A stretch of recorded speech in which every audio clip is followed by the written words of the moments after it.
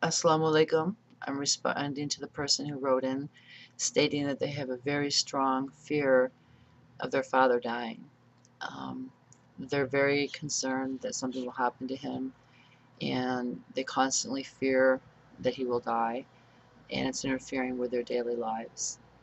Um, I'm not sure if it's a male or a female or how old this person is, um, but I just want to say that oftentimes in late teen and early adulthood, it's a normal part of growth and development and a normal part of separation from your parents, to begin to think about their mortality as well as your own, um, but more so theirs.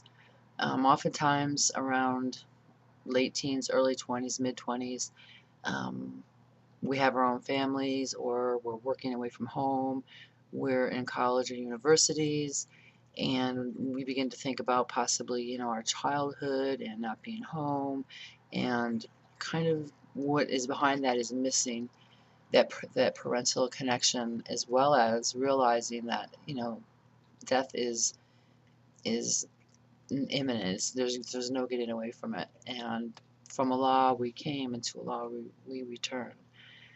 And in this realization, oftentimes, a fear of losing one of our parents can become a mental health issue or an anxiety or something that we think about on a daily basis. Um, it is it is oftentimes normal and taken in context. However, sometimes it's an opportunity to increase our iman, to draw closer to Allah subhanahu wa ta'ala, um, to learn more of Islam, learn more about Islam and Allah's plans for us, inshallah. It's also a time to reflect upon our own lives and how we are living our own lives as Muslims, as well as how we treat our parents. So with that said, even though it's a painful thought to think of losing one of our parents, dies, it's a time for growth, and it's a time to put things in perspective. Um, from Allah we came, and to Allah we all return. Um, However, we're never given tomorrow. We're never even given the next breath. None of us.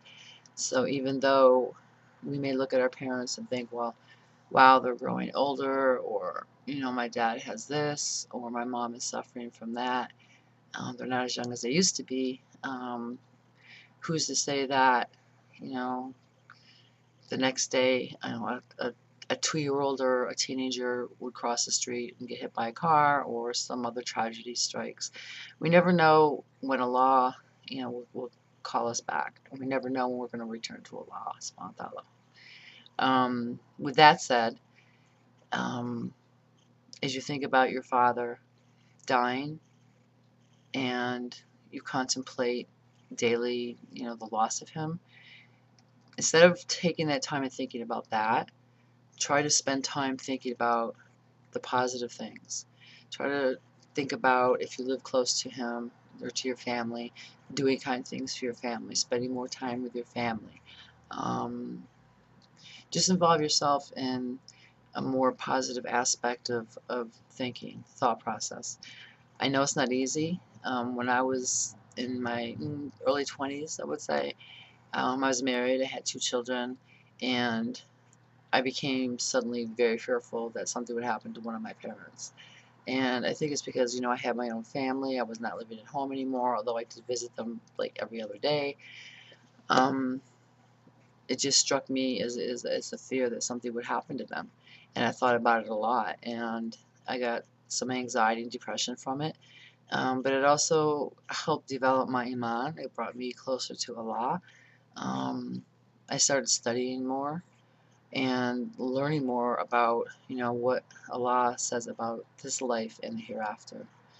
Um, so I would kindly suggest that you start utilizing your Islamic knowledge, learn more about Islam and what, Allah has to say about life and the hereafter.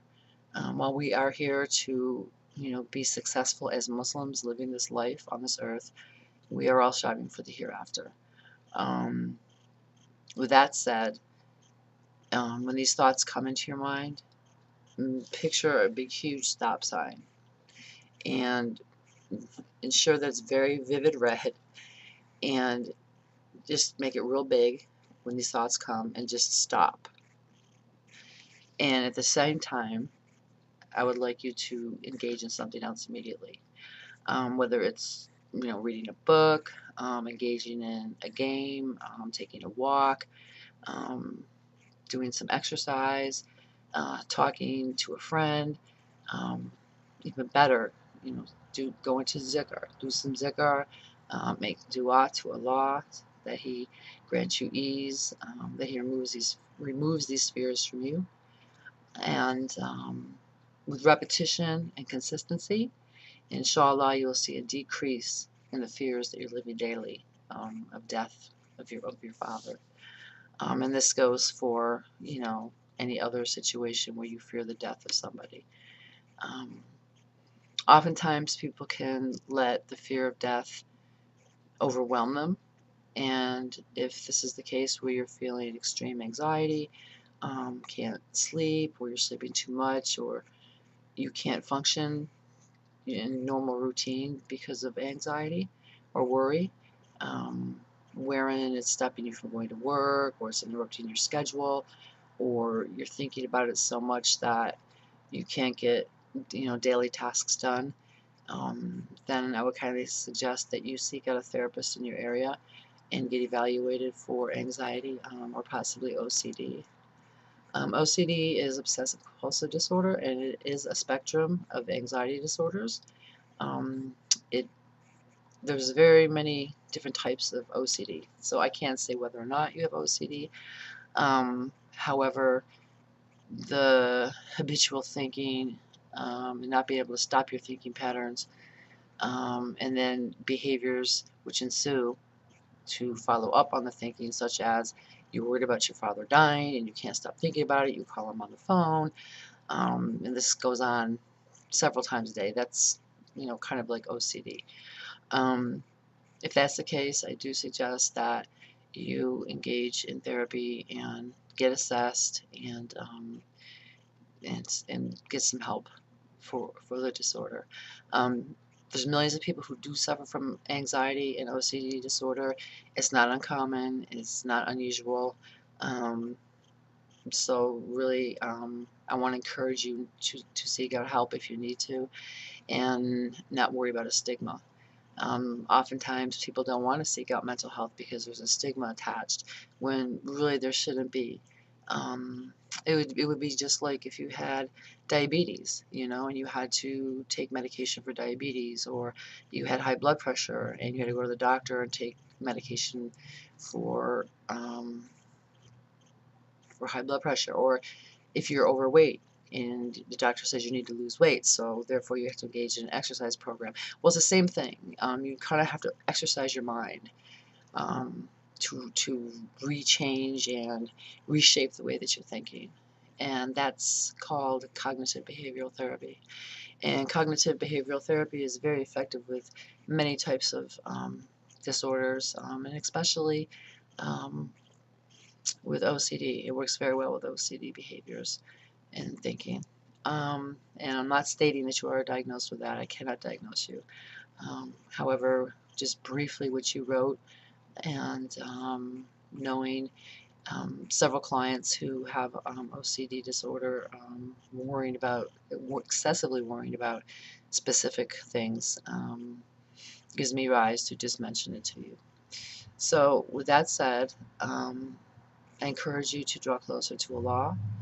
I also encourage you to recite Quran, and also I encourage you to seek out possibly support groups for others who may be going through this. If you Google them, you'll find them. Um, Not surprisingly, there are a lot of young people who do worry about death. If not their own, then they worry about death of a loved one. So there are support groups in the area that you can attend and learn different coping skills, different techniques to reduce that stress and reduce that anxiety. But again, if you feel it's out of control, please do see a therapist, because there is help. And Additionally, it is a normal phase of growth and development. As a developmental phase, it's kind of like separation anxiety that like 2-year-olds go through. Only it's on a different level, and it's kind of concerning a different issue, which is death. But you're not abnormal, and you know, a lot of people do go through this. So it's a common issue, and it's something that, you know, people do worry about often, but not to the point where it interferes with their life. So with that said, you are in our prayers, and we do wish you the best, and may Allah bless you. Assalamu alaikum.